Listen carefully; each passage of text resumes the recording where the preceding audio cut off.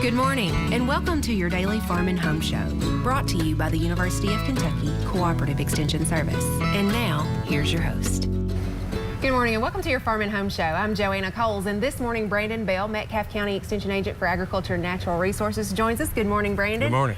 Now, Brandon, right now everybody's kind of trying to get harvest concluded. There's a lot of operation on the road right now, and I know today you're going to kind of cover farm safety and what we should be thinking about. Now, well, we should always be thinking about farm safety, but especially during harvest. And I think this year more than ever, people are in more of a hurry. And a lot of people are behind because weather conditions, soybeans in particular pops in my head because there are a lot of soybeans that have ruined or they're in the process of spoiling because of weather conditions that we've had. So our natural reaction is save all of them that we can. Let's get out there and get them as fast as we can. Well, when do we have accidents? When we're in a hurry.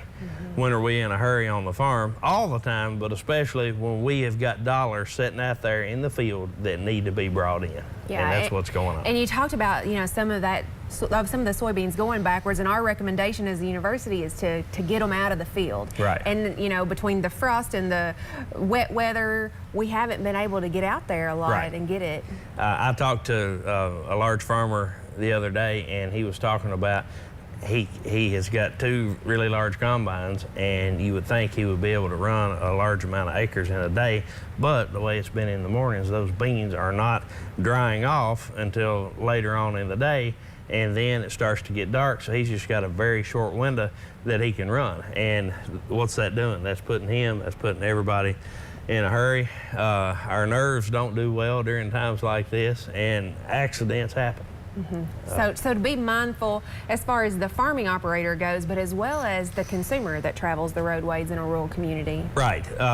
In a rural community, it's very likely this time of year that you're going to get behind a piece of farm equipment, probably grain equipment, and most grain equipment is large. So, that person, I know it may be frustrating to get behind a combine and not be able to go around them, but I promise you that person sitting up there operating that machine is more upset that he's having to go down that road than the person following him is, because it is very nerve-wracking, and I promise you they're doing their best not to disturb things any more than possible. But there's a lot of growers that have farms all over the place, and they have got to transport that equipment from farm to farm to get this out of the field. Yeah, and like you were mentioning, sometimes the early morning hours are when they get started, but the weather just hasn't been real conducive for that. Right, but they may be transporting in those early morning hours so they can be ready as soon as the sun does come out enough to get those things where they can get the beans, especially where they can run them. And they're working as late at night usually as they can until weather conditions aren't as good. Just I hope people will be aware of them, realize they're doing the best they can now. But to those driving this equipment up and down the road, I hope they have got lights, plenty of lights. I hope they're visible, being seen, and just those lights letting somebody know something's up gets people's attention. And so it's very important to be as cautious as you can, do as much to provide safety to yourself and those around you as you can. Absolutely. So escort vehicles, lights, slow-moving vehicle signs, all that needs to be incorporated. Right, and I've seen people ignore an escort vehicle. I have seen situations where people had a flag and that flag was hanging out the window and they were waving the flag. And this particular situation, the person did not pay any attention and did not get over. That driver had 2 choices: take the ditch or hit the car. Obviously, he took the ditch and took out a mailbox.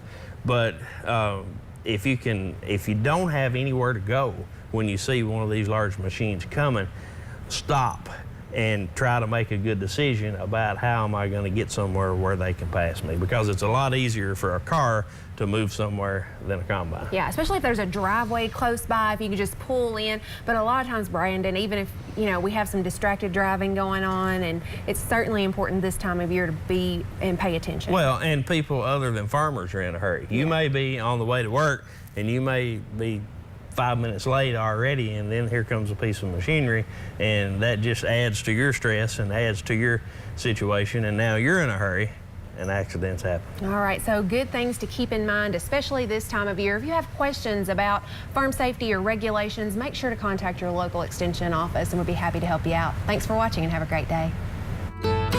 If you have questions about today's topic, please call the Warren County Extension Office at the number on your screen. Thanks for watching and have a great day.